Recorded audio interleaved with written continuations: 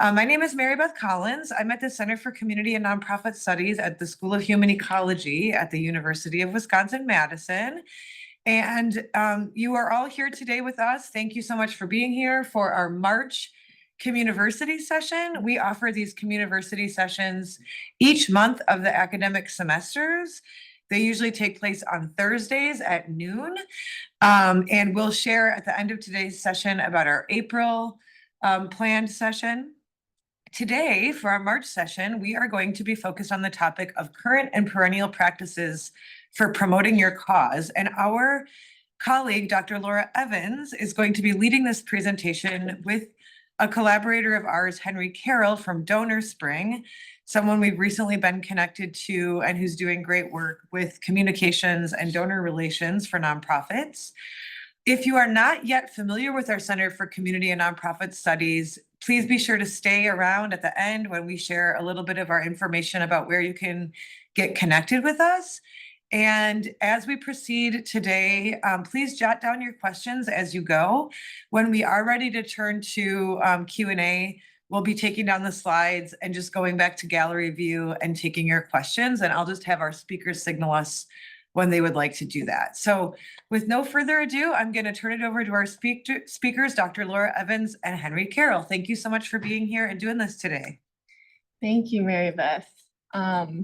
I am very excited to be able to speak on this topic. It's a little bit of a passion of mine and something that I enjoy talking about with folks on a more individual level. It's been a while since I've done a presentation on it, so I'm excited to hear you all's thoughts at the end in the Q&A as well and seeing what is important to you all right now. But I'm going to go over some general best practices, what I feel passionate about when it comes to how we promote our causes, and then, what I've learned in my experiences. And then I'd also like to introduce Henry Carroll, and Mary Beth already did a good job of that. But Henry, would you like to say anything about yourself? Sure. Yeah. Thank you, Laura, and thank you, Mary Beth. Great to meet you all. I'm Henry Carroll. I'm the co-founder of DonorSpring. At DonorSpring, we're focused on helping nonprofits raise more from individual donors, and that's primarily through digital channels. So I'm thrilled to be here with you all to share whatever perspective I can that's helpful. Yeah, thanks.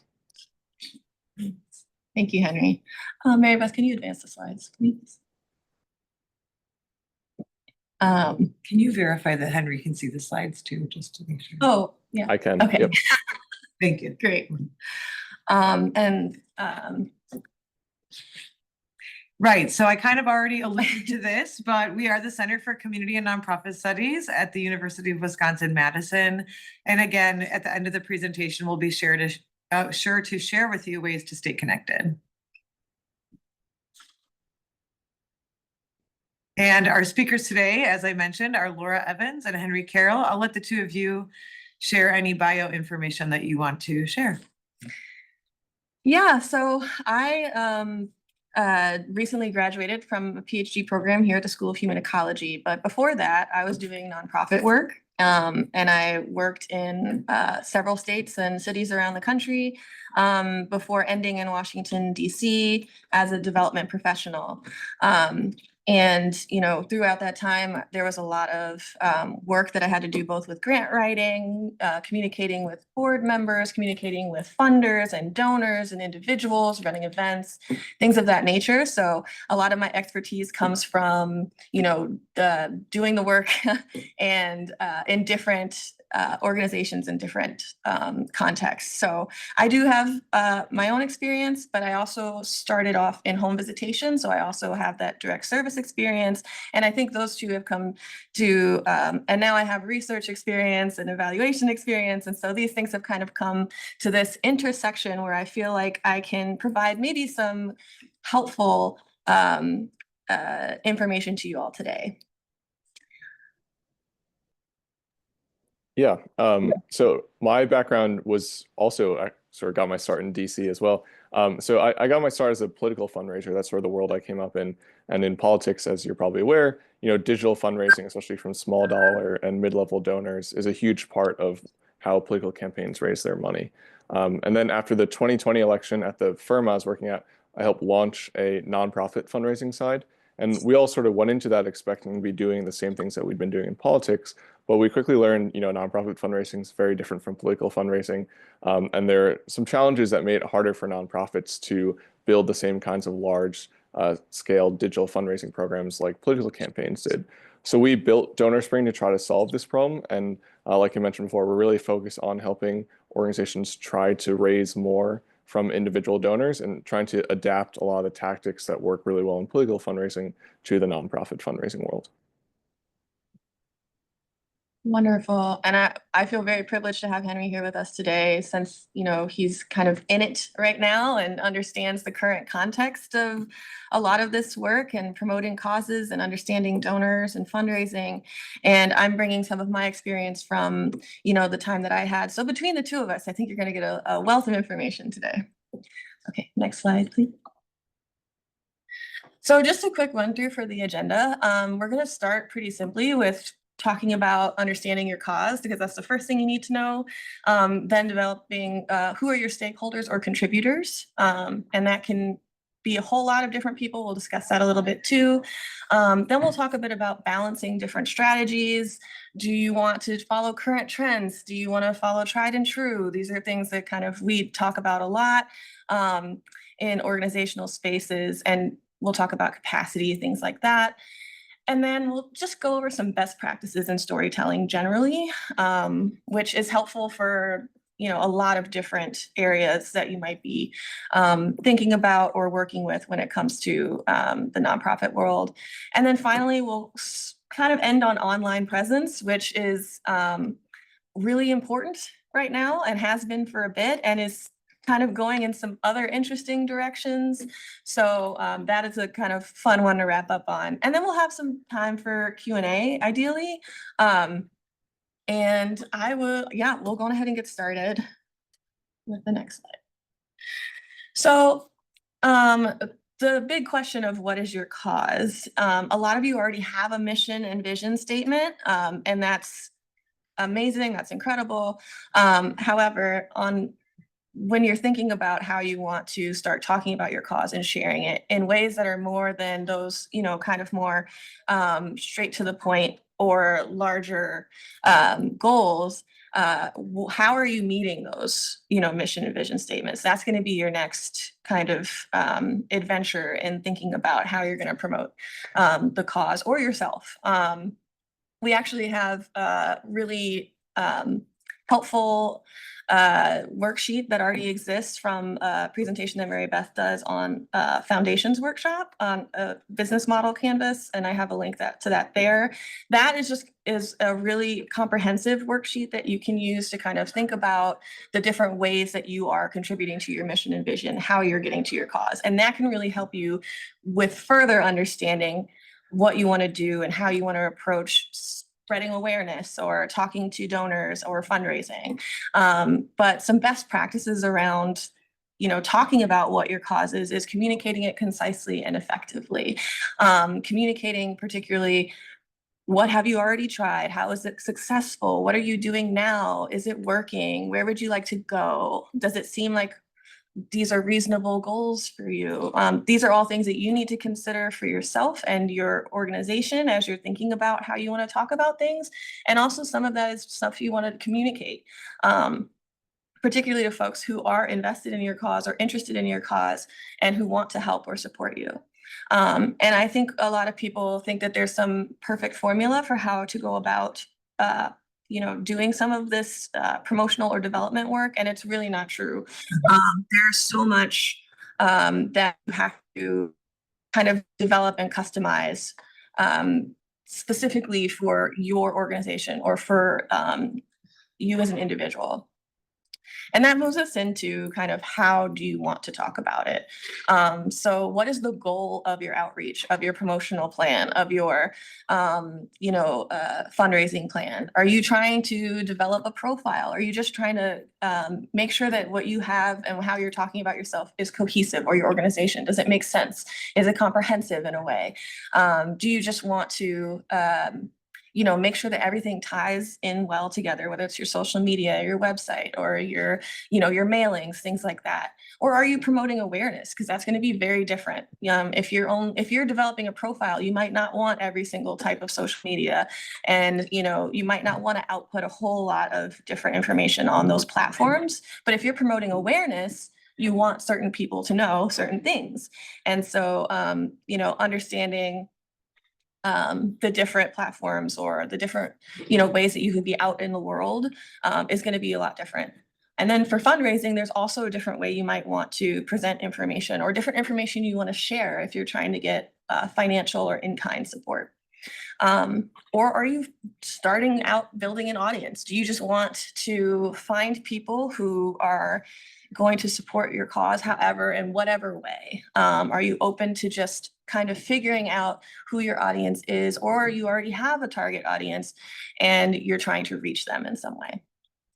And on top of that, do you have a timeline for this? How urgent is this? If you're really focusing on a campaign of some sort for fundraising, how urgent is it to get some of this information out?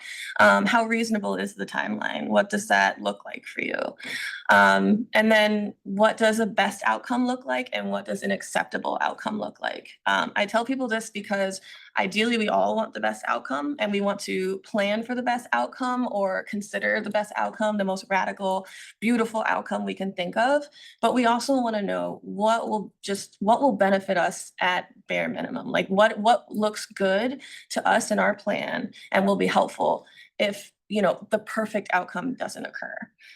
So those are some helpful ways in which I was kind of developing this. But I do want to leave some space for Henry to add anything if he has thoughts on this. Yeah, I have a couple thoughts. First, I think it's really helpful, as a flip side of what is your cause, to think about why your cause. There's a lot of competition for attention out there, and there are a lot of great causes out there.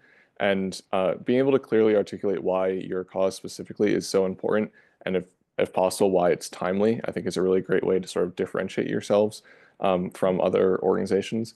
And I think another thing that's a sort of helpful exercise to think about is coming up with sort of like a short pitch for your organization. I mean, I come from sort of a startup world now where pitches are very common, but I think, you're oftentimes don't have that much time to sort of make a case for your organization when you're first meeting someone, or even when you're sending something digitally or via the mail. So being able to, concisely explain what your cause is, why it matters, and get that information across in a simple, easy to understand way, it's really worth, I think, sort of sitting down, trying to write a short, like, elevator pitch, we call it in startup world, like a couple minutes about who you are, what you're doing, why it matters, and really getting that to a place where you think it's effective and works. And that can be sort of a basis that you use for all your communications going forward. Yeah, those are some great points, and it's helpful to have those little resources when you're thinking about going out and engaging with people. And speaking of people, who are your people? Who are your contributors? Who do you consider to be your audience? Who do you consider to be, the community that you serve? Can you identify them? And then who in that group are you prioritizing? So, when you're considering who you're doing the outreach for or who you're trying to reach, it is important to consider if you're prioritizing the folks that you actually want to see. And if you are prioritizing certain groups or certain individuals, then it's also important to think about who's being left out and how you can then further consider them maybe in a future plan, or have follow-ups for why this contributor now, what about a contributor later? Who would be somebody that I would be interested in seeing the next time? Who's somebody that I can start to have a conversation with now, but maybe in a couple of years that conversation will turn into more of a collaboration or something of that nature. And then whose story are you telling? How are you telling it, and how are they involved? So, there's a lot of conversations out there around, trying not to exhaust the people that you provide services to, or, making sure that you're not being exploitative in the way that you share your story. And so making the considerations of who and how you're telling your story, and, how you're involving them in that is really important, whether that looks like you know, you really engaging them in telling their story the way they would like to, or if that means not telling the story in certain ways that you might see other people doing it, and thinking more creatively on how you can go about that. In addition, you know, engage, and do so authentically is what I would say. So you want to engage with your stakeholders, your funders, your collaborators, your supporters. You want to treat those as the next kind of point says, as relationships. But you also want to think about making sure that as you're kind of, you know, writing maybe that elevator pitch, making sure that it sounds authentic to either you as an individual and the way that you speak and the way that you like to, you know, tell a story, or that it speaks to your organization, or, you know, whose story you are telling. And so trying not to, you know, put too much jargon in something that you put together to share out with folks. You don't necessarily need to use the words everybody else is using. You just really need to get the why across, as Henry was talking about. And then considering funders as a relationship and not just a resource. I think this is something that often gets lost on the wayside, because we do get busy and we have reports that we have to write, and particularly grant reports if we have, you know, a family foundation or a corporate foundation that we have to give information back to, or even individual donors. You know, we have our annual kind of events that they donate to, but how are we keeping up with folks between those moments? Are we engaging them without an ask? Are we talking to them without, you know, tapping them for something in particular? Are you inviting them to the book fair that you're holding for the community, if it's appropriate? Can they come to that? Can they experience what you're doing in some way? Or do they appreciate a phone call? Do they appreciate, you know, being asked to get a coffee, and then you can just talk about the work that you're doing or how things are going? A lot of people in the funding world really do appreciate that. And I know that a lot of donors appreciate the personal touch as well. Obviously, that's not necessarily reasonable to do for every single donor. If you're getting a lot of funders and donors, it is difficult to maintain that to a certain degree. But I would say that when you're doing some of these analyses that I'm talking about, and in particular, we have this stakeholder mapping worksheet that I also have a QR code for there. Another thing that when Mary Beth does her foundations workshop, she shares with folks, but you can kind of map out some of, you know, the folks that you are working with, collaborating with, funders, things of that nature. And you can kind of get an idea of, oh, who do I want to prioritize right now? Or who do I want to reach out to right now? Who have I not talked to recently? Who do I want to establish a deeper relationship with? And who might be overly, you know, busy right now, and I should wait a little bit until I reach out to them.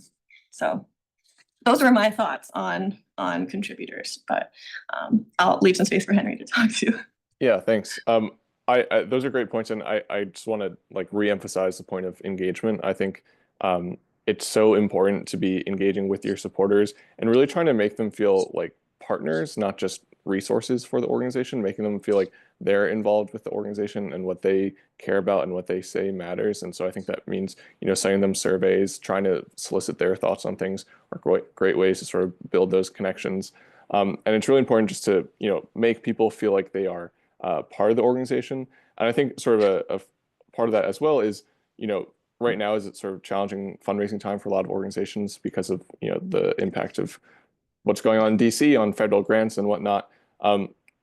And so often, you know, we see at DonorSpring organizations we work with that are maybe going through challenges that feel like they need to hide those challenges from their supporters. And I think it should be really the opposite. You know, your supporters are invested in your organization. They care about the work that you're doing.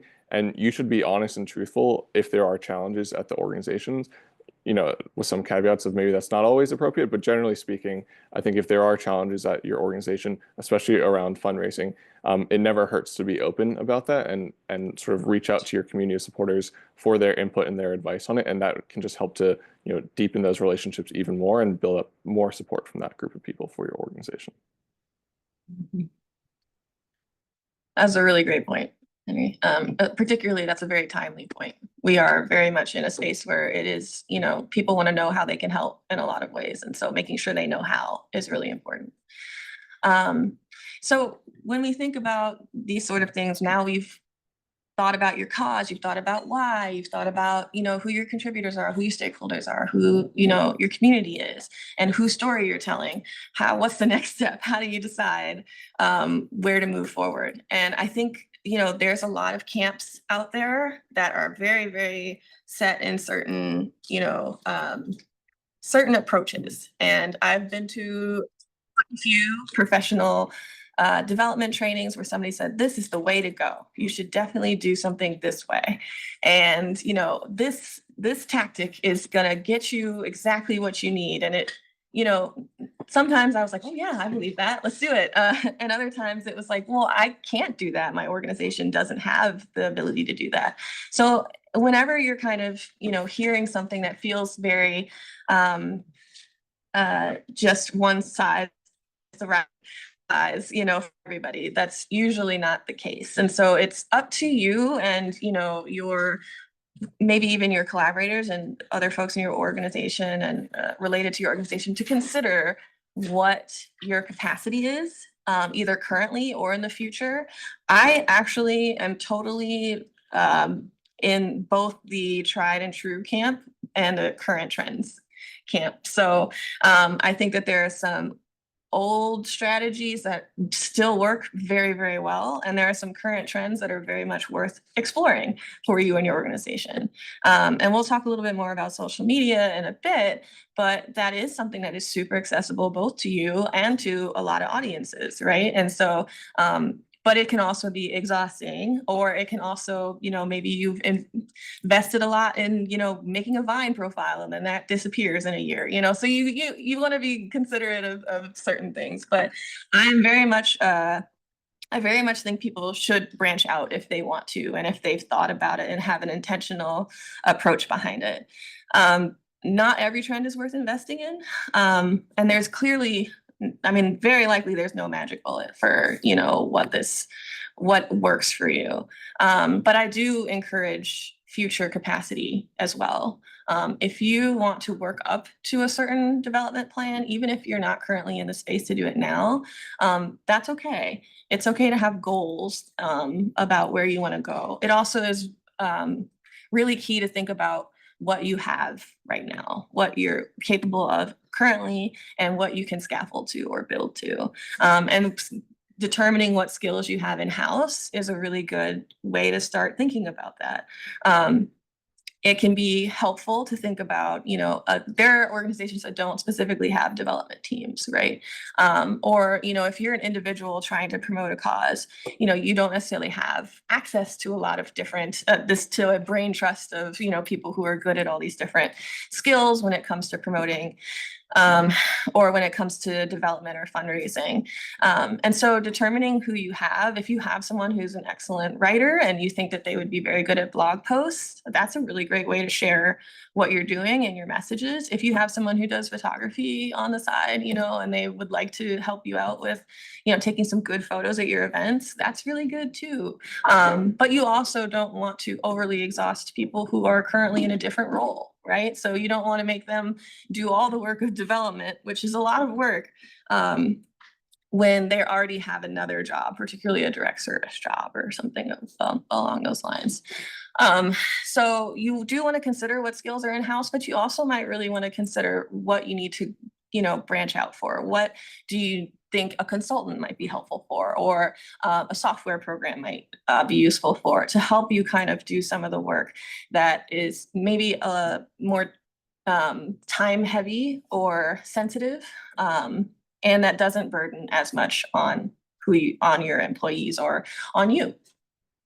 And I love design. I'm a huge fan of it. And I understand the importance of investing in design. That doesn't always look like spending a lot of money, which I think can sometimes, that's what it feels like, right?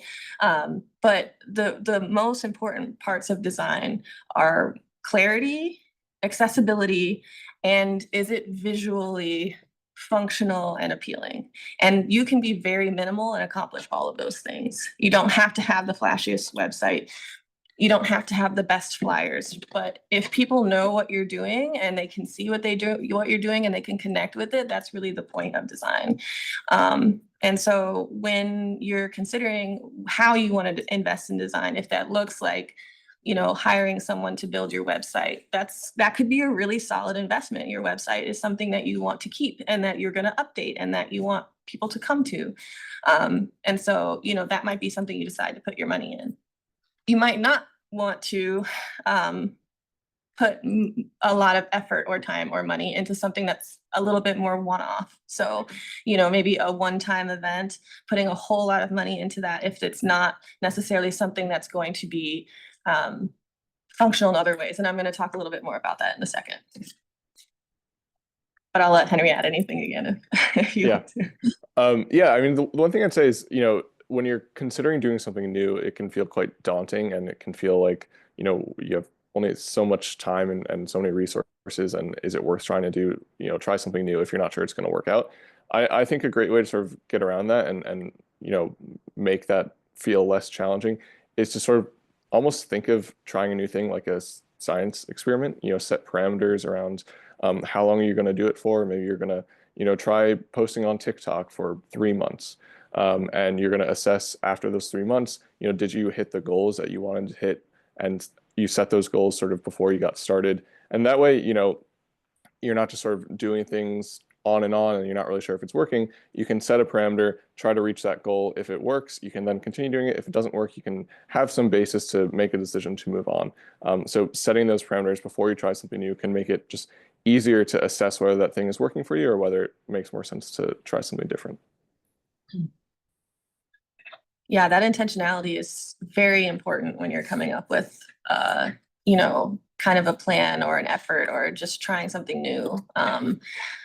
And speaking of, these are just a few things that I think are really helpful when you're considering a plan to promote a cause or to promote yourself, honestly. And once again, not one size fits all. So having that customizability of a plan, like I said, if somebody's telling you this is the exact right way to do it and it doesn't quite fit the way that your organization is structured or the way that you go about things, or if you need a level of anonymity so you can't use photos the way they're telling you to use photos, then you need your plan to be somewhat customizable. You also need it to be, that means adaptable too. And so if things change, if sudden policies change and you have to change the way that you're phrasing stuff, making sure that you have a space, like if you need to rearrange the way that the wording on a flyer, or or the way that you talk about a certain program, or if you need to make severe edits to your website but nobody on staff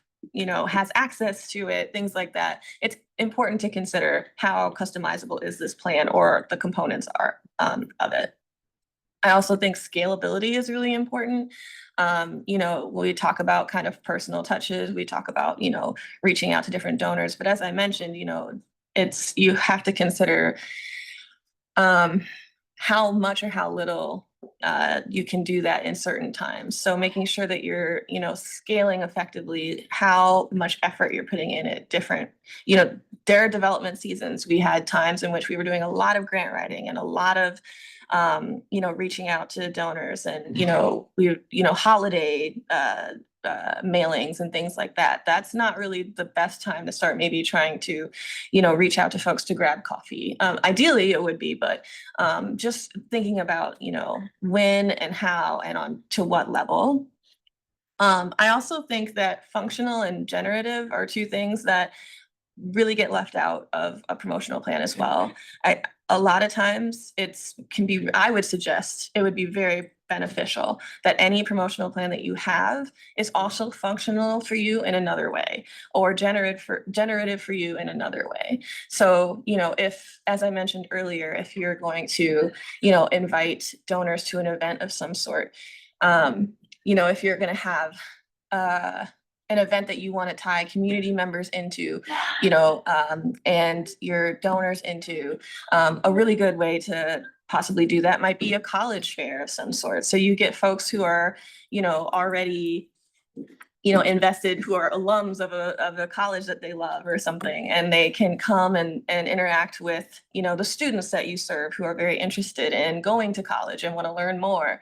That's a moment where you can, benefit your students, engage your donors, things of that nature. And even when it comes to just social media, making sure that what you're putting out there is in some way maybe helpful for the next time.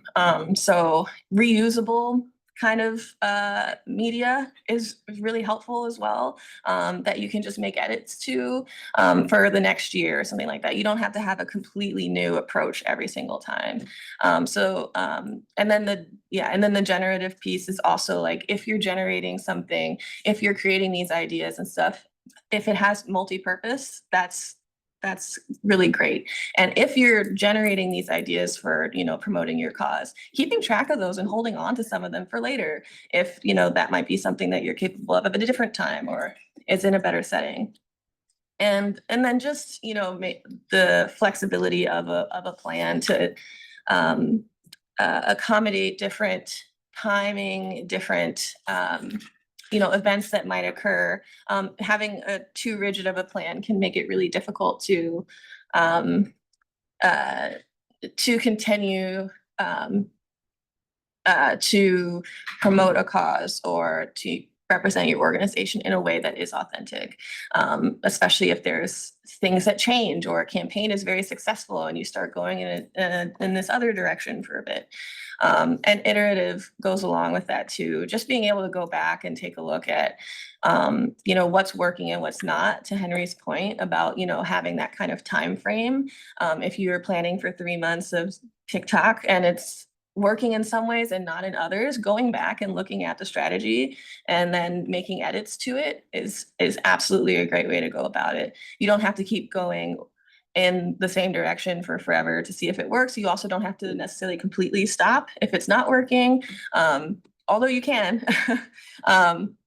So, having that kind of ability or, structuring that in for you to take those moments to check in on things. Yeah, the only thing I'd add, sort of ties back to what I was just saying earlier, but just try to carve out space to assess how your plan went. I feel like, we're oftentimes so busy that, we finish one thing and then it's right on to the next thing, but just trying to create a little block of time to assess, oh, how did that go? Did I sort of achieve what I thought I would, or, are there things to do differently for next time around?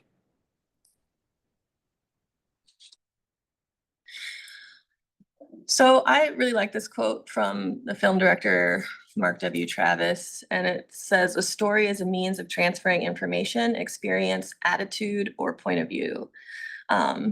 If you go next slide, Maribeth. So when we talk about best practices in storytelling, those are some of the things that we want to consider. We want to consider, you're not necessarily convincing people that your cause is important or that what you're doing is important. You're trying to share a perspective and you're asking folks to listen and engage in that perspective.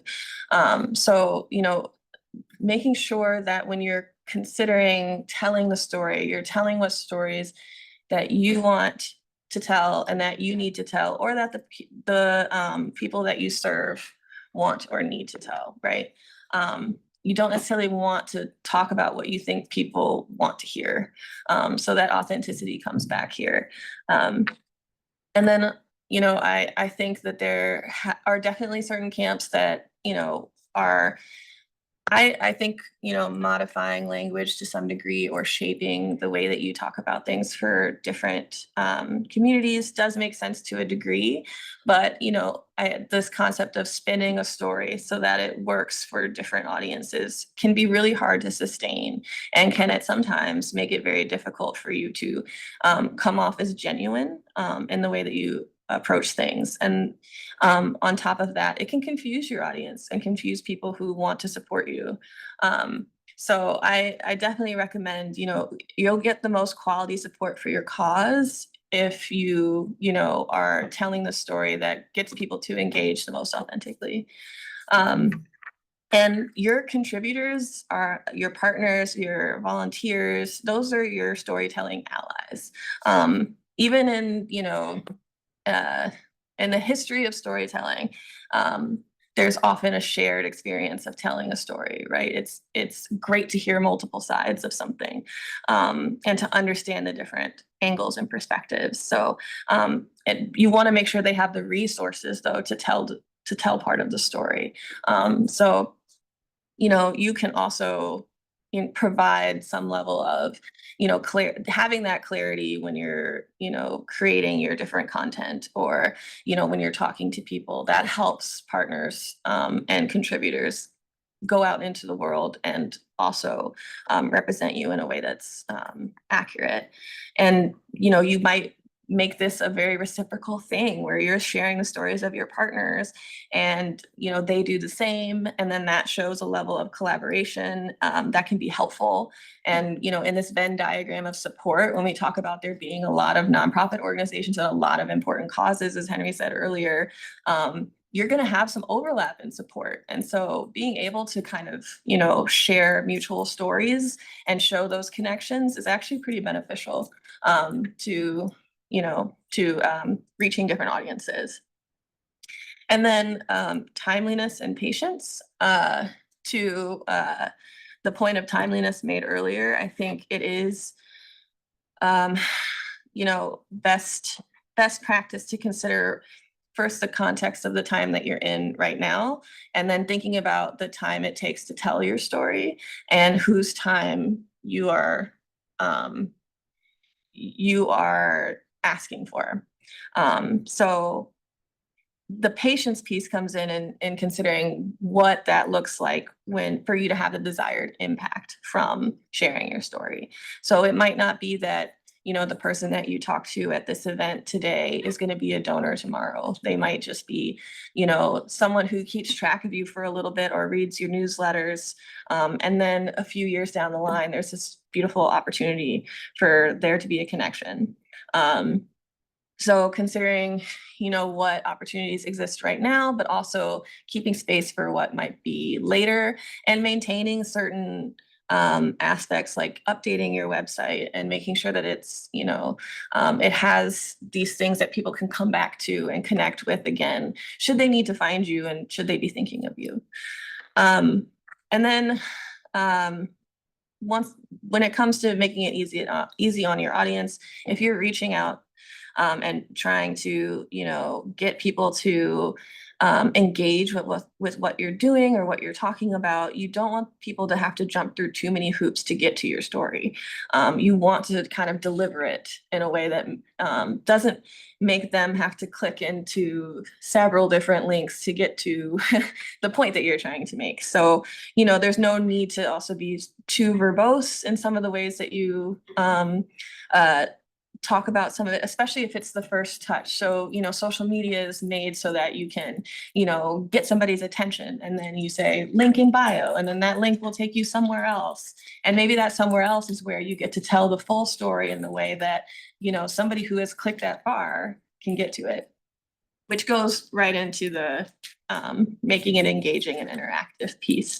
So, as I said earlier, design can be really easy and fairly minimal, and things can look, very well designed and very clear without a whole lot of extra effort. But that engagement and interactive piece is important. And when I think about, I think websites are a good example of this.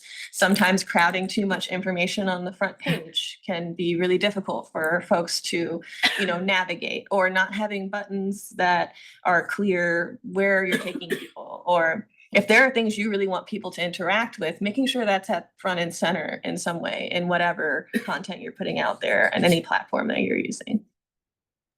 Henry, do you have any thoughts about some of those? The making it easy piece, I can't emphasize enough. I think, today people have such short attention spans, and they have so many different things competing for their attention.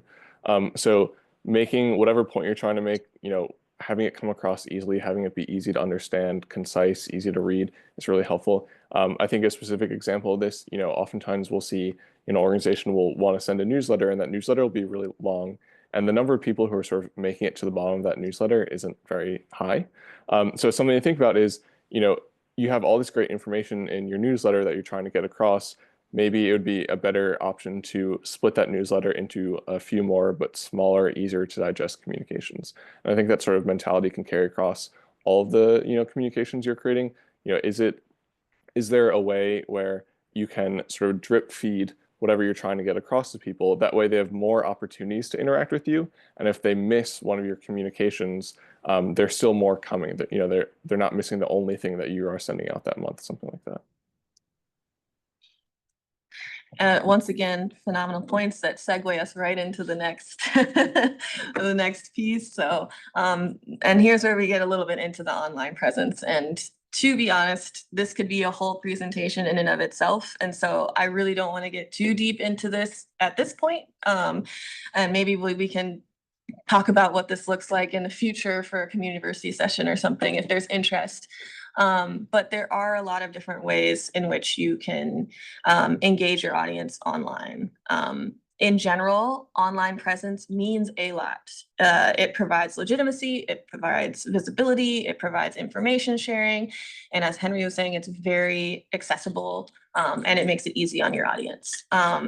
So, the more that you can make something accessible for people to understand the work that you do or the cause that you're promoting or, who you are and what you offer, the better, truly. I'm a huge proponent of websites and keeping your website as this kind of home base. If you think about when you hear about something and you ask somebody to tell you a little bit about it, a lot of people immediately Google it or, or they want to find the website to see what it's about because that's where you're going to find the most information. I've gone to a few websites for folks that, they needed a little bit of work because it wasn't fully clear, first of all, what they were trying to tell me on that first page, but also, if this was a legitimate organization just because of the way the website was structured. And I say that because there are, real concerns about phishing and, websites that, are not secure and things of that nature. And so people can sometimes get a little spooked, creeped out, scared when they see a page that looks a little bit less professional. That doesn't mean it has to have a whole bunch of bells and whistles. In fact, the more bells and whistles, sometimes that's difficult too, right? You want it to be easy to navigate. You want people to know what they're looking at and where to go next. The website is a bit of a roadmap for you and for your audience. And so if you want people to donate, having a donate button at the top of your website is really important on the homepage, or having a whole extra page too, where they can look more at what donating looks like. If you have a very simple message, or if you have a lot of anonymity that's important for the work that you do, it's okay if you can't put a whole bunch of images of, you in action or your organization in action. There's still a lot of important way. Stock photos still work in getting across, some messages, right? And you're still usually able to communicate the work that you do and the way that you do it in a meaningful way with a minimal approach to a website. I have a lot of opinions and thoughts about websites and how to best approach those. But the biggest thing is that you want to make sure also that it stays updated. And so when somebody comes back to your website, they know that you're still in existence and that you're still doing things. And so, that's why blog posts are actually really helpful too, because some of your stuff on your website might stay stagnant, but a blog post that you can put up, or, sharing your partner stories, things of that nature, sharing news updates on a page will show people that you're still active and that you're still doing work, and that, that can be really helpful too. With newsletters and email updates, I think Henry made a great point about that. They can get long and they can get verbose, and so we need to be thoughtful about newsletters and the fact that we're sending that straight to somebody's inbox. These are people who a lot of them are already people who are familiar to some degree with your work or interested in learning more. And so, you want to keep the folks that you have updated. You want to make it easy. This is one of those ways in which you're making it very accessible because you're sending it straight to them. But there's also a level of trust that they're giving you and that you're sending them stuff that is going to be relevant to the work that you're doing, and also that isn't going to, kind of spam their inboxes. So also having a schedule for how you go about sending email updates and newsletters, and making sure you didn't send 5 back-to-back, or that you haven't gone 2 months without sending anything. Things like that are helpful to consider. And a schedule can be super customizable to what you're capable of doing, and what you have capacity for. I would also say when it comes to e-newsletters, trying to standardize certain design aspects so that people, when they see it, they know what the structure is. And every time they look at your e-newsletter, they're like, oh, yep, I know where to find updates. I know where to find partner news. I know where to find things of that, like having that kind of consistent structure can be very helpful for people to get to the information they're particularly looking for. And having plenty of links, once again, back to your website, where you have that donate button, or where you have more updates, or you have those blog posts where people who are interested and want to read more can. Social media, once again, maybe even a whole presentation on social media, honestly. But there are a few things that I will just generally ask folks to consider when they're engaging with social media. You don't have to be on every platform necessarily, but if you are an awareness building, either if that's your goal as an individual or as an organization, awareness building can sometimes mean spreading your message to a lot of different places, right? If you're audience building, you might want to target certain platforms.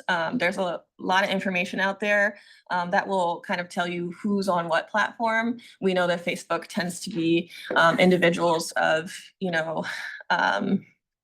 maybe like 30, 35 and up.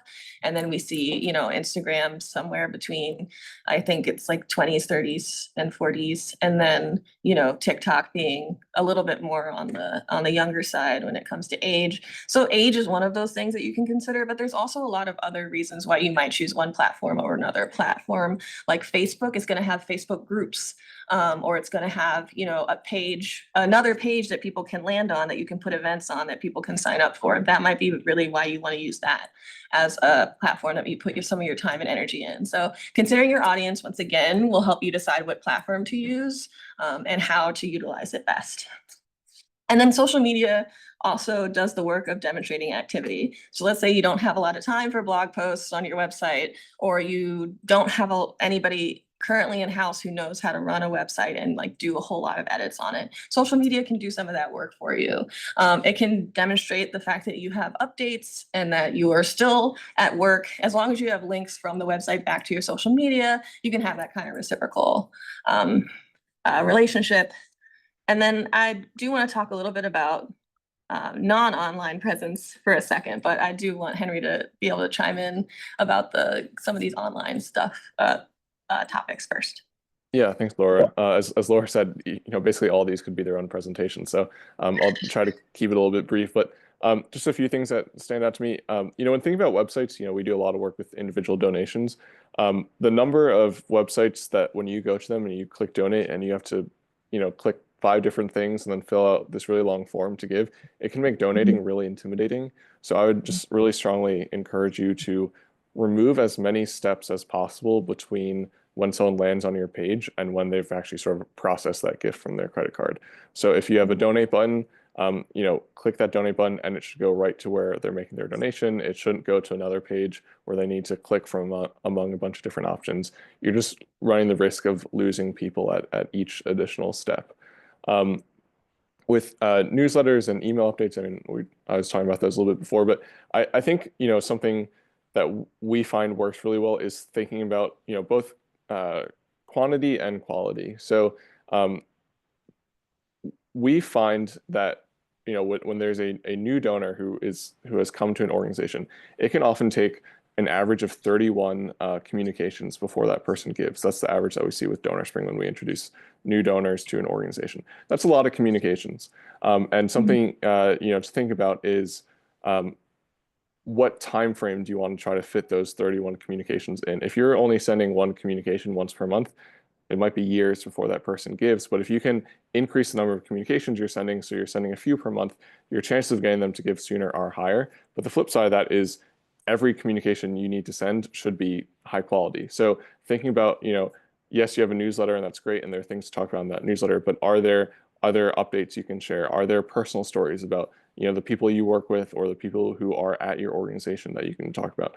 Are there achievements you can share? Are there milestones? Are there, challenges? Thinking about creating a diversity of email content beyond just the newsletter, I think is really important for engaging with that audience. And then on social media, social media is great, but it's a little bit of a double-edged sword because it's fantastic because it can put you in touch with all these people who you don't need to have their email addresses, and the algorithm could make something you post go kind of viral and bring in a bunch of other people. But the flip side of that is you don't control the algorithm, and you don't know how the algorithm is going to treat some piece of content that you create, and you don't know if it's going to put it in front of a bunch of new people or not even really show it to a lot of people who are following you on whatever feed that is. So we always recommend that organizations think about trying to yes, continue posting to social media, but also try to capture people's emails using social media. Basically be able to move them from a channel that you don't have a ton of control over, which is social media, to one that you have a lot more control over, which is email. So creating surveys or petitions or other kind of sign up options where you're posting that to engage with the followers on social media, but then when they engage with that piece of content, you're able to capture some additional information about them and then start communicating with them through other channels as well. I think that's really important. The other thing I'd say about social media, I think LinkedIn is somewhat of a slept-on social media for nonprofits, especially in terms of fundraising. Probably most of your individual donors and most of your potential individual donors are on LinkedIn, and it's definitely worthwhile focusing on it as a channel. Thank you for mentioning that, Henry. I was supposed to talk about LinkedIn and I completely forgot about it. So I appreciate that you brought that up. But that is LinkedIn is hugely helpful. It's very legitimate in the way and very professional in the way that people interact with it. And it's also just good on a personal or individual level to have your LinkedIn updated. And when people explore your organization or your website, a lot of times, especially if you have an About Us page, they want to look more about you. Sometimes they want to know what your history is, what you've worked on before, what you're currently engaging in, other places you've worked, maybe things like that. People get interested and they want to explore more. And so having an updated LinkedIn in a lot of different aspects can be really helpful. And networking is kind of this other side, but very related piece to promoting your cause. And LinkedIn is super helpful for networking. You don't have to print business cards in the same way anymore, right? People just need to know your name and maybe an affiliation and have an email, or Google or Wi-Fi. So yeah, LinkedIn, hugely important. And then yeah, I think I just wanted to touch base on physical mail as still being something that has space for spreading spreading the word with folks who have already demonstrated interest in some way, right? So it's very good for sustaining individuals who have already indicated that they are engaged with your work or intrigued by your work in some way. And so or individual donors in particular, that can be a really great way to stay in contact with them or engage with them. When it comes to physical mail and sending out flyers or information just generally to folks who you don't know, that is much less documented as being successful, especially for not national huge budget for a lot of mail and postal costs and things like that. It's much less effective in that way. But it depending on what your goals are. I think the personalization part of physical mail is really helpful. I think even when it comes to emails that can seem personal, there's a lot of ways to automate that. There are very few ways to engage online with individuals that feel personal. or feel personalized. So even if you're just sending a thank you letter to a donor and you sign it with, with a real pen on real paper, that can feel very nice for someone to receive, and it can make them feel a little bit more connected to the work that you're doing. And if you're able to, with, folks that you think would benefit from it, if you're able to write a specific note in some way, or, wish them good luck on their bar exam, or, something like that, if you have that capability, that can be great too. But as somebody who has done physical mailings multiple times a year for a development position, it can be really exhausting. And so when you're thinking about sending to hundreds and hundreds of people, that's something where you would need some really dedicated time and space for. I think that, it's worth investigating how mail or mailings can be useful to you. Some people respond really well to donation asks that are through physical mail, particularly if there's a little bit more of a personal message involved. And other times it can feel like a lot of effort and a lot of time for not as much feedback, or for not as much return. And then just lastly, whatever resonates with your audience, your audience now, or, maybe you're gonna go and take a look after this and kind of get a better idea, but you definitely know them better than I do.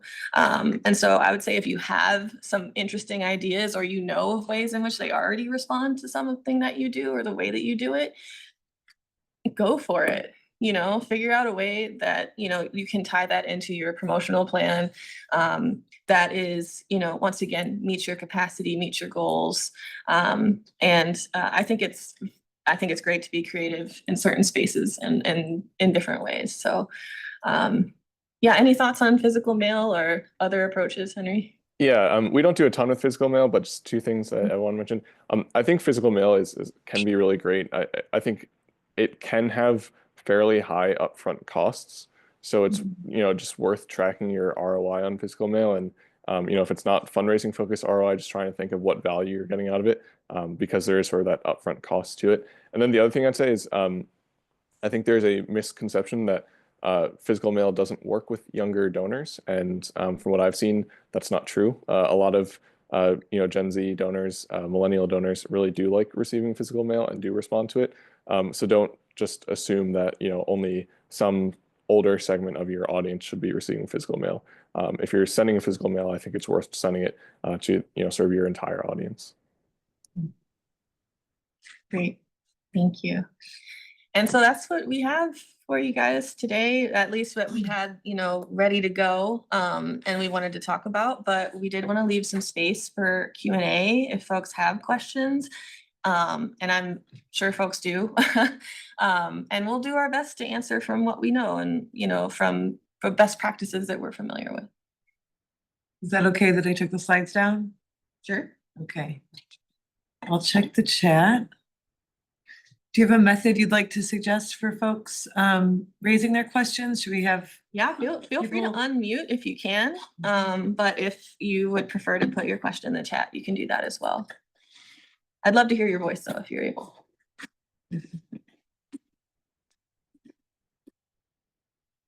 Well, I actually have a question that maybe I can get this rolling and people can take time to compose theirs. This is Mary Beth. I'm at the Commons. I'm just wondering if either of you have thoughts, just kind of following up on some of the things you shared about social media just now, about, I think the current moment, I guess, in terms of the way that different social media platforms tend to sort of take on different roles or evolve or be more predominant or less predominant, and the algorithms change. Understanding you may not be deeply in that analysis the way that somebody that's doing like analytics for many nonprofits. I don't know. Maybe Henry, you are doing that kind of thing. Just any other thoughts on like where we are in terms of the evolving landscape of social media platforms? LinkedIn came up as I think one that feels important professionally when we're doing our own professional stuff. And I think, like Henry mentioned, people sort of forget about it for fundraising and organizations, but it does seem to me like it's evolving to be more of a place where people are just doing what they used to do on Facebook and things like that. And then there's also, of course, the big like TikTok question and the bifurcation of X and, you know, Threads and Blue Sky and all these things. So I just wonder if past is prologue and we know these things tend to evolve. Anybody have like thoughts or predictions on like things to keep an eye on or ways we might want to be adjusting which platforms we use based on like reading the tea leaves right now? Yeah, I can jump into that. I think that's a great point. I think social media is only going to become more balkanized as we go forward. There's just going to be more channels or more platforms and more you know, different ones. And I think that sort of goes back to my point earlier of it's really important when you have access to an audience to try to get them into an environment that you have more control over. And to me, that's email and getting them you know, to come to your website. I think you have to assess how much time you have. I mean, there are so many different platforms out there. You know, you got to think about how much time do you have and, you know, which channels are your people on? So, you know, I think with the sort of Twitter X example, a lot of donors to the organizations that we work with left what is now X and went to Blue Sky. And some of them left and sort of didn't really pop up on a new channel either. So it just, you got to watch where your people are going. But also, I think there was, in some cases, like, you know, with Threads, for example, some organizations tried to go to Threads right away, but Threads has turned out to be kind of a nothing burger. So you don't always want to, you know, just jump ship immediately. It's helpful to give it a little bit of time and see where are your people actually ending up. And what about TikTok? Like you mentioned it earlier, I think obviously we've been through some fits and starts with the sustainability of that. It seems very clear to me that like notwithstanding all the fits and starts and concerns about national security and other debates, concerns about addiction, that there is like absolutely a reality that there are certain segments of the population where that is their go-to. And in terms of convincing people about causes, it seems like it's been very effective. You know, like little known things that are like socially oriented, all of a sudden, like entire segments of the population are paying attention to because somebody raised it there. Henry, how are you thinking about TikTok? Yeah, I think, you know, what's unique about TikTok compared to these other platforms, right, is that the content that you're putting out there or that you're receiving, it's not just like your friends and the people you follow, it's being shared with a larger audience. So that creates a lot of opportunity to reach new people. I think, you know, not everyone's comfortable filming videos of themselves, and that's totally fair. But if you are willing to make that effort, I do think TikTok's worth trying.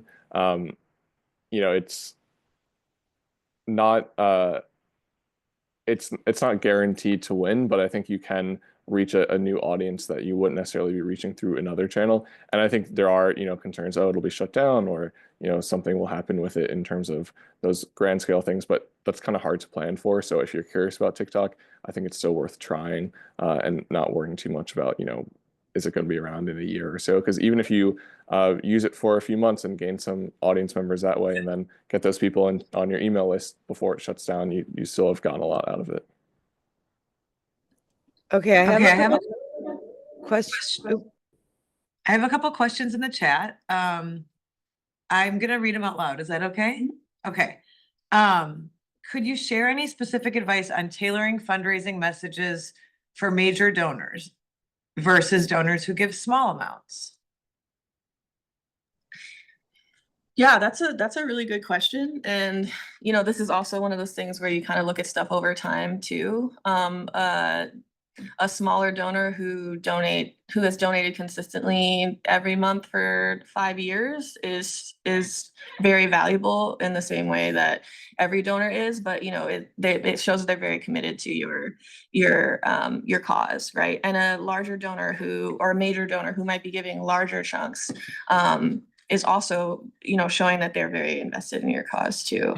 I think that when it comes to, you know, trying to tailor your messaging to these different groups of donors. It really depends on, what your capacity is and what you're able to do. Like I've mentioned with the personalized mail, that is something that takes a lot of effort, but particularly for like major donors or consistent donors, those can be really, really helpful and really connect with them and let them know how much you appreciate the efforts that they make to, to donate and to be a part of your, audience. And also, once again, those invites to different events that you might have going on, or if, there's an ability for them to do a site visit, even if they can't be there when some of the programming is actually happening. It could be nice for them to be engaged in those ways. Now, some donors aren't going to be in the same region that you're in, so there's different ways that you can approach that. But I think making some of those connections with the major donors that are a little bit more personalized can be really helpful. And some of the donors who give smaller amounts, having some level of capacity to make them feel like, they're also valued without, exhausting your time and effort. I don't know, Henry, do you have any thoughts on either of those?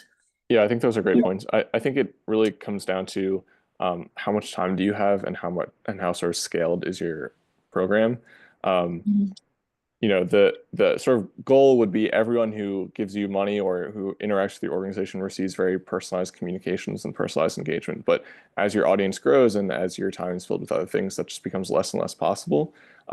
So at that point, I would say with your major donors, it's probably worth more of your time to be spending more of your time on those major donors. But then it is still important with those small donors to, as Laura was saying, make them feel engaged and like they're meaningful to the organization. So you have to sort of strike a balance with that. I mean, not to sort of plug my company too much, but that's the thing that we're trying to do at DonorSpring with small donors is make it really easy for organizations to build personalized communications for those small and mid-level donors so that more time can be focused on those major donors.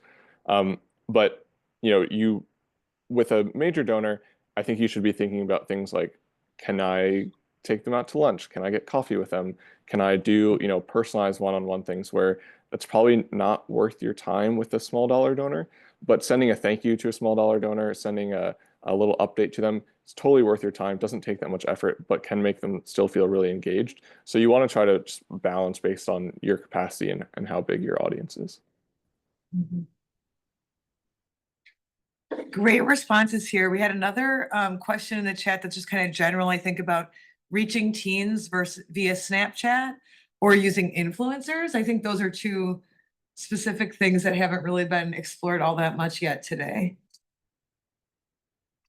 Yeah, Snapchat is a good mention because that is very interesting about Snapchat is it has remained a teen app since it started, really. So even throughout the however many, over a decade now for sure. Whereas some of the other platforms have kind of continued to like stay with the same generations and age with them.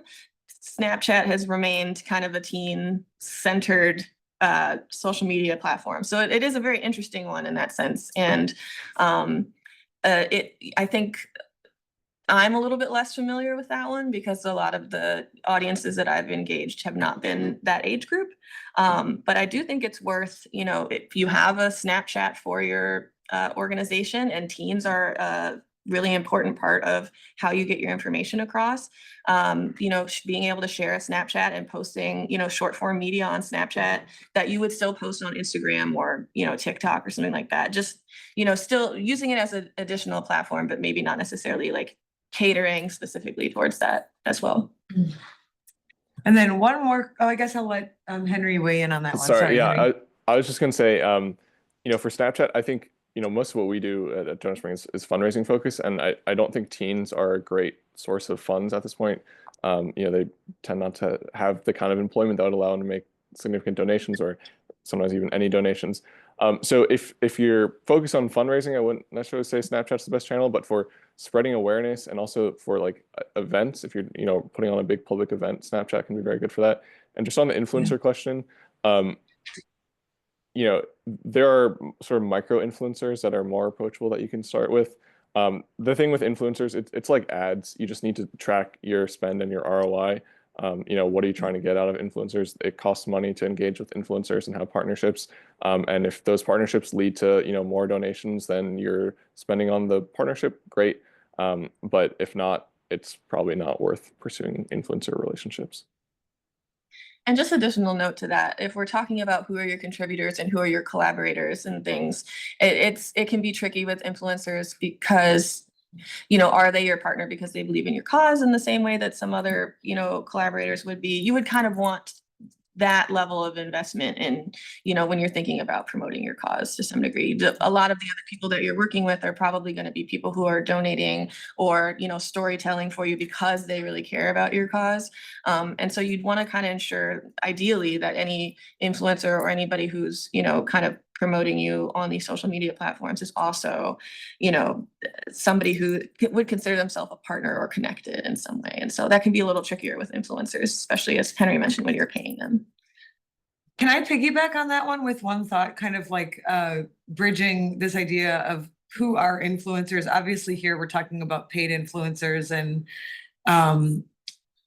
then Henry's comment about events. One thing that I just have observed in regional and local fundraising that I do think is really effective, fundraising and awareness building, is making sure that when you are having an event or some kind of an occasion where people are there in person, if there are like genuine supporters and enthusiasts there who are also comfortable with their, like doing selfies and promotion, their own sort of social media feed stuff, social media content, making sure that there's like sort of an invitation for people to, take a picture of themselves with a couple of people, tag the organization, hashtag it.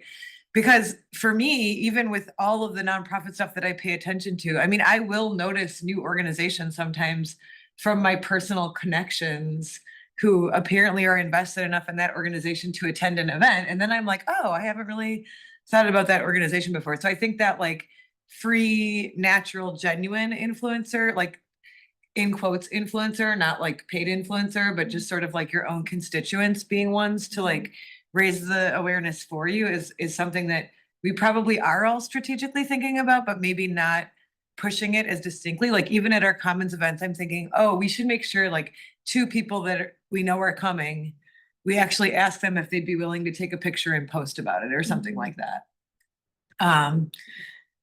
One more question in the chat. This is a really distinct one. Would you be able to recommend any sites or apps for launching a fundraising campaign that can keep donors updated and track campaign progress? I'm gonna like just tack onto that. In addition to whatever you would have already said, how does that relate to nonprofits using crowdsourcing platforms? Because I have seen that too, which is sort of a similar vein, I think. Yeah, I think your point about sort of people becoming sort of influencers for your organization by just posting on their own social media very much ties into that notion of like peer-to-peer giving and tapping into people's existing social networks. There are a lot of different platforms out there that can help you do peer-to-peer giving, or also just support launching a campaign and tracking that campaign. One that's like really approachable and it's free and easy to use is called GiveButter. I think it's givebutter.org or givebutter.com.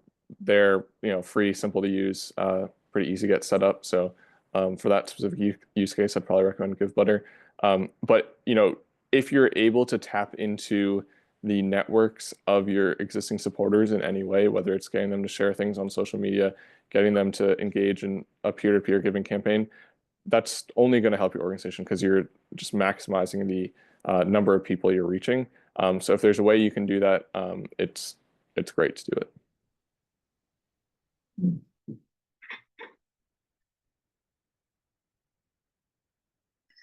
I don't see any further questions in the chat. I'm keeping an eye on reactions. If anybody would like to raise their hand or just unmute and shout out any last questions or comments, because I'm seeing from who's here, we actually have some development professionals with lots of great experience also in the room, and maybe they have additional thoughts they'd like to add.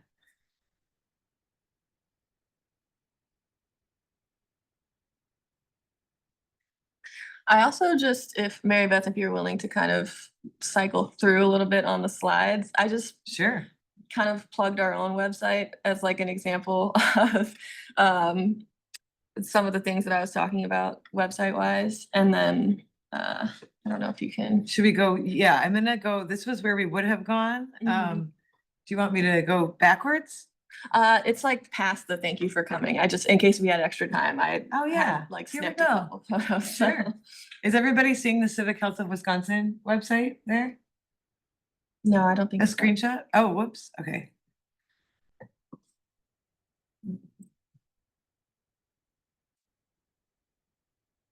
Okay. Now I think you can see it, right? So this is a screenshot of the Civic Health of Wisconsin website. Yeah, so this is just an example of one of the pages on the Commons website. The little arrow in that box aren't actually on there. That's just showing some things. But I just wanted to point out a couple things here. The fact that there's a navigation bar on the side at the top there. This is using a WordPress platform, and you can learn WordPress fairly simply. It's one of the first ones I learned how to use. It was also a blog posting site for a while. I think a lot of people have moved. It either is moved to just being websites, or a lot of people have moved into using it as websites. And UW-Madison uses it in particular, but and it's very helpful because it has a lot of pieces. So if you're trying to build your own website, it could be helpful to kind of find some things that already have a lot of the structure existing, and then you can kind of just build some things in there. But one of the things that I was talking about not necessarily having stuff that's super overwhelming, a navigation bar, this is a particularly long page, so having a navigation bar so somebody can jump straight to where they want to go to can be really helpful.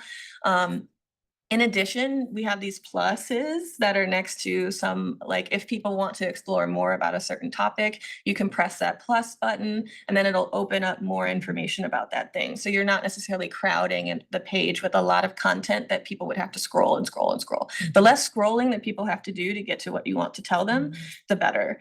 And then, having links, as Henry was talking about, always having a link to your mailing list somewhere, having links to other places like the Facebook page or, your Instagram. This right beneath the pluses that I have there, just having little icons. I use Canva I'd used it for this presentation. I use it for a lot of different things. It's free and it has a lot of icons and a lot of fonts that you can use to just create little, visually appealing things that you can put on social media platforms, that you can use on your website, that you can, put on a flyer, stuff that makes things look professional and visually appealing and is very simple to use generally if you're not trying to do too much, and so I use that to create that little, icon right there.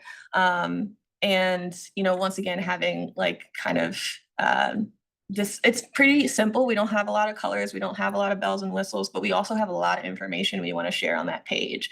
And so we had to figure out some interesting ways to kind of make that look like it would be accessible to a lot of people if they need to find something. Now, is it a perfect example? I don't know, but I am a little biased because I was part of the development of this one. So, but it does have some key components to maybe, especially if you're sending people here who aren't familiar with your work or your cause. It has some components that make it easy to navigate and get to where you want them to go. So. Do you want to share about yeah, this is someplace I used to work for. I was talking about anonymity earlier. They do a lot of work with families who, might be interacting with CPS or, larger institutions or systems. And so they can't post a lot of actual photos of families. They can't talk a lot about what some of the services they provide are, or even give information about some of the programs, because they are specifically for certain, people who are interacting with CPS because they're trying to, take parenting classes to get their kids back or things like that. And so this is a very simple website. It's pretty minimalist in the way that they approach a lot of things. They have their social media at the top, which is, I don't see that as often, which is can be a good thing. They have their number at the top too. They have a calendar. They have that large, bright donate button. They thought about this website thoroughly. And the reason I bring it up too is because they didn't used to have this nice little website. So it's great to see that they've kind of figured out And you can't actually find a lot of the services that I was working with them on this website, but they do have places where you can learn more about them or people you can contact. And they still have very clear ways of communicating what they do to a certain extent. So if you have, kind of sensitive or for legal, safety, anonymity reasons, for any reason, you can still have, or you just don't have a lot of things to put on a website necessarily, or you can't put as much information as you maybe would like to share in other respects. There's still avenues for that. So I just had those two examples as ways to consider. Oh no. Yeah, we lost our icons on there, I think. That's okay. Those are still the handles. Okay. So thank you all so much for coming. We usually have a QR code in the box under please tell us your thoughts, but that's not coming through today. So if you would like to be in touch with any thoughts or follow-up comments or suggestions or ideas that you have for sessions, I will make sure and put my email and Laura's email in the chat so that you can reach out directly. I think I would like to just say to Henry, thank you so much for joining us. We didn't meet Henry all that long ago, but it was very clear from early conversations that he had amazing perspective on, the work of nonprofit organizations and the way that lessons learned from the political sphere could really be useful and fresh, in the nonprofit sector. So Henry, I want to give you one last chance to just remind people where they can find you in DonorSpring. I know you're looking for some collaborators in Wisconsin with the services that you provide. And we've got some people here from Wisconsin, but also all over the world. So I encourage you to put your website in the chat if you'd like. If you want to mention anything more about it as we close here, we've got a couple minutes. Yeah, thank you both, Laura and Mary Beth, for putting this on and inviting me to participate. I really appreciate it. Yeah, I'll put my website and my email. My email is just henry@donorspring.org in the chat. As a reminder, you can kind of think of DonorSpring like MailChimp, but built specifically for nonprofits. So really focused on helping organizations reach their existing audiences in a way that's more impactful and engaging, and also find new audiences. So we try to introduce new donors to the organizations we work with. We're fairly small. We work with 15 nonprofits right now, and we're definitely trying to grow from there. We don't work with anyone. Actually, well, we work with one organization in Wisconsin, none in Dane County currently, and we're trying to grow as well. So yeah, if you're interested in learning more or seeing if we can be helpful at all, please do reach out. It'd be really nice to talk with you all again. Or if you just have questions about digital fundraising or email fundraising, I'd be happy to answer those as well. Thank you, Henry. Any closing? Again, any closing thoughts for the good of the order? Thank you all for attending. We appreciate your presence and for listening to us talk. Yeah, thank you, Laura and Henry, again, for sharing your expertise. Dr. Evans does work with us at the center. Please get connected with us, stay connected with us, and maybe come back and see us in April on the 17th, when we'll be hosting colleagues and collaborators from across the world who are doing youth programming in various countries and especially global South settings. It should be really interesting. Some of these questions about how organizations obtain support are probably going to come up in that context as well, especially with everything that's going on with reductions in global aid right now. So I think many of you would be interested, and we hope you'll come back. Thank you so much.